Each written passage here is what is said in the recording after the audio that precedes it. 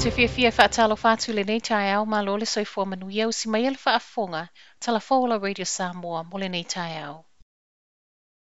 Ua tua ia le taita o le National le whainga malo i le whaatuai o sana whaiunga a o toi sa wai le isi virus i fōwal COVID. Sau no Judith Collins e le te tauna nofo le malo o le taimi nei a le o le amata loa o tui pui o le COVID po le tapu ni loa mo se taimi le tu mau whainga malanga mai atunu o lo malo si ai le pepesi o le nei virus i fōu. O lo langolango ina fo ia Collins le fina ngalo le polo fesa so e a Dr. Michael Baker e ona whai loa i talana nafi. Le e talitonu ia, ua maualunga le ono la matia o tangata le community, mai le isi virusi fō al COVID lea wa sau. Sau no Collins, o lea ele o whaiani tui pui o tātou tangata o lo ngā lulua i no fuanga o lo wha no fu e sea i lātou mai fafo, ma o le isi lea i tū, nā te whaasa o ai lea li i polo fesa. Isa tali male ministai a pēni he nare, o lo ia fina wai e ese ni usila mai isi atunuu o tātou e le o iainia tātou community cases. Whaamna tu fo i henare o le masino a perila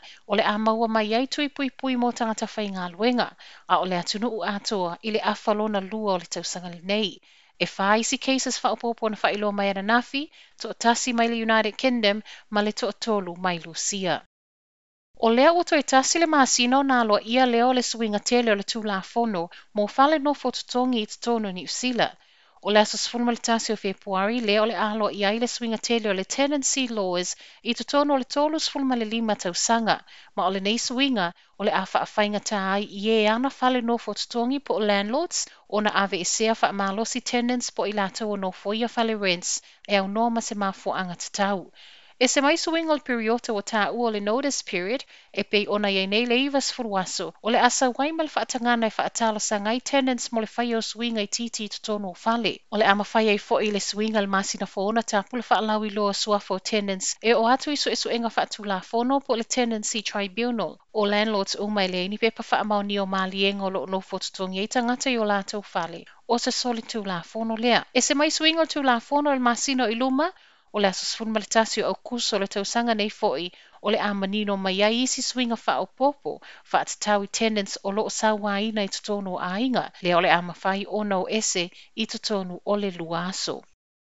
Ua wha o ngā ina i nisi o tangata ni usila o lo poloka i atunu umamau, polo kalame i lunga masini kompiuta e fesosoan ia i le tausa i lio no fuanga i o mai wha anofo e se ai. I reporti le One News, o nisi wo o atu le se fulu whai tu la o saufa wha i luma o kompiuta i le tau vetu una ingo o lato bookings, ma o tu whaatasi ai e se tasi e loo fina ngalo e wha i loa, se pol kalame e tau fia i avanoa potu. I nisi o moli mau e fōlinga mai o loo o lato tau fia ma tutongi wha alua potu wha pia pasese o wha alele, e pei o se wha leo. Ona o le telo suinga i whainga malanga wha alele. Ai mai le matanga luenga pisinisi mga luenga, o le tele o potu waso ona tā ofi, pe overbook te ena fo ele matanga luenga, tu sama reporti le One News, lona sila fia, o ni polo kalame wha kompiuta o lo wha o ngā ina i lato i whafo e tau fia i potu, mō leanga i mai ini usila, o lea ututu mu uma le tele o no whanga o lo wha anofo e se i lato mai whafo, ma elo i eise fo fuanga le matanga luenga, e toe wha o popo nisi potu, e ui le toa tele,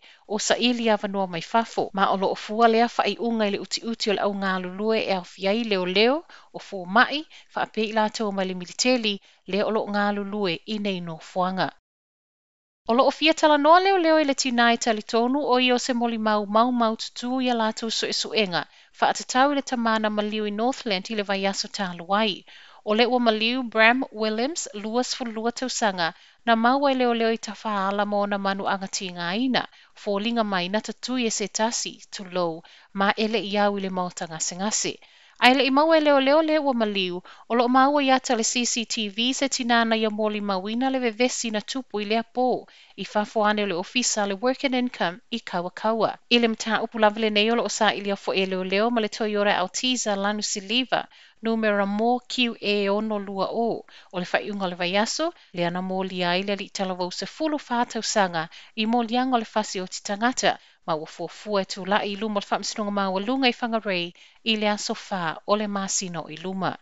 Tala mulimuli o le tai au, ua whai nei so e le Kiwi Rail i le mafu anga na to uluai uta containers ananafi, i Wrights Bush i le Southland. O nei containers o le uta le train tele na momolia na nafi le tae au, ma e le eisi na whaina ai, na o containers na to ulu ma le awala train ua whaaleanga ina. Whailo ai le Kiwi Rail i tala le tua New Zealand, e ono o atu le vai aso a toe toe whaale le ai le awala train ua whaaleanga ina nei. O le laina le nei in Recagol, e le wha o ngā ina mo whi malanga i ngā lautele, ma e le o a whiai ma whi malanga i ngā wha pia le whela ua ingo uta tele, ona o le mea ua tupu. O tala nao le nei tai au, manuia le nei aso.